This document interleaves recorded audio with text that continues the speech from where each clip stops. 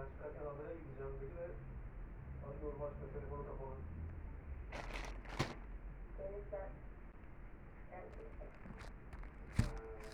Nereden ben? Leyla'nın kocasıyım.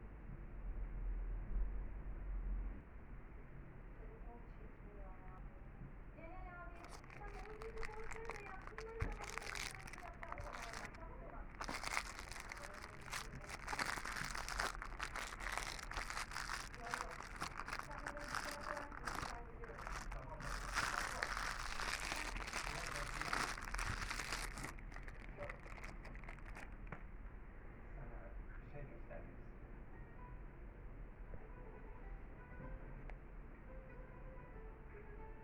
Ben bunu bilmem.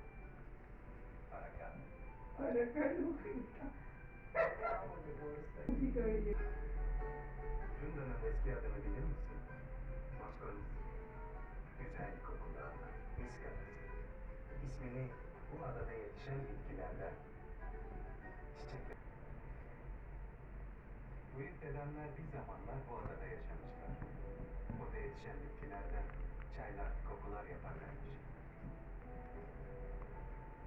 1923'te iki ülke arasında mübadele olmuş. Bizimkiler Yunanistan'a göçmek zorunda kalmışlar.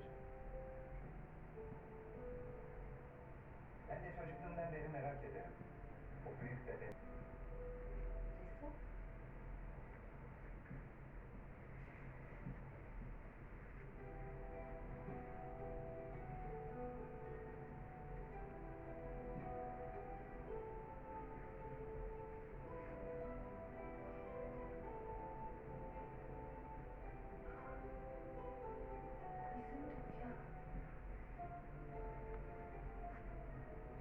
Ben merak ettim, görmek istedim sadece. Ama bir şef aradığınızı duyunca şansımı denedim. Sonra seni görünce o zaman anladım ki.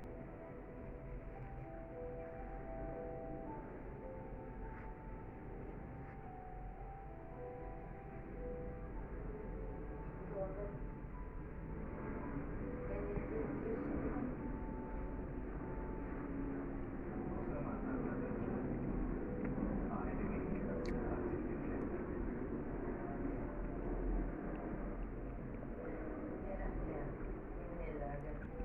Çok yakıştı. Komşu kızı. Sağ ol komşuoğlu. Vallahi kafamı karıştırdı. Telefon çekmeye başladı herhalde.